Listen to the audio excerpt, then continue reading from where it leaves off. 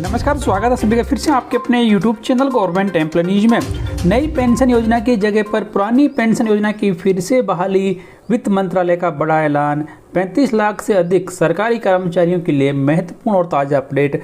दोस्तों, सरकारी कर्मचारियों की पेंशन पर वित्त मंत्रालय ने एक कमेटी का गठन कर दिया है और इस कमेटी के संबंध में 6 अप्रैल 2023 को वित्त मंत्रालय के द्वारा ये ऑफिस मेमोरेंडम भी जारी कर दिया है।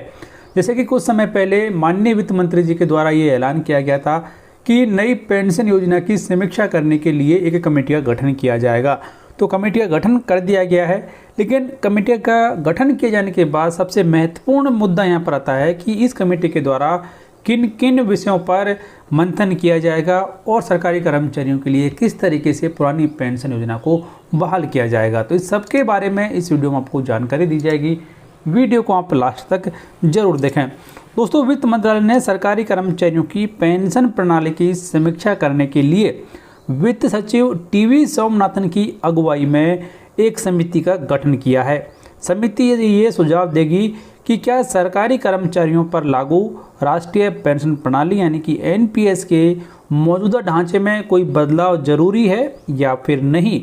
समिति एनपीएस के तहत शामिल सरकारी कर्मचारियों के पेंशन लाभों में सुधार की दृष्टि से इसे संशोधित करने पर भी सरकार को अपने सुझाव देगी। अब जान लीजिए कि कमेटी में कौन कौन होगा। तो सोमनाथन जी की अगुवाई में गठित समिति में कार्मिक और प्रशिक्षण विभाग यानी कि डीओपीटी के सचिव, व्यय विभाग के विशेष सचिव और पेंशन फंड नियामक और विकास प्राधिकरण यानी कि पीएफआरडीए के चेयरमैन बतौर सदस्य शामिल होंगे। आपको बता दें कि वित्त मंत्री निर्मला सीतारमण ने पिछले महीने ये कहा था कि वित्त सचिव की अगुवाई वाली समिति सरकारी कर्मचारियों के लिए एनपीएस के अंतर्गत पेंशन संबंधी मुद्दों को देखेगी और सरकार को अपनी रिपोर्ट सौंपेगी। जैसे कि कई राज्यों ने एनपीएस की जगह पर पुरानी पेंशन योजना को बहाल कर दिया है, तो अब हर जगह ये मांग उठने लगी है कि सभी कर्मचारियों के लिए एनपीएस की जगह पर ओपीएस को बहाल किया जाए। तो इसके संबंध में आपकी राय कमेंट बॉक्स में लिखकर बताएं।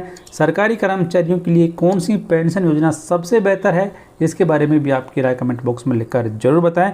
तो कर्मचारियों के द्वारा उठाई जा रही इन मांगों को ध्यान में रखते हुए और जैसे कि आपको ये मालूम है कि ओपीएस एक बड़ा चुनावी मुद्दा बन चुका है, तो इन सब बातों को ध्यान में रखते हुए केंद्र सरकार ने अब वित्त सचिव की अध्यक्षता में इस कमेटी का गठन कर दिया है।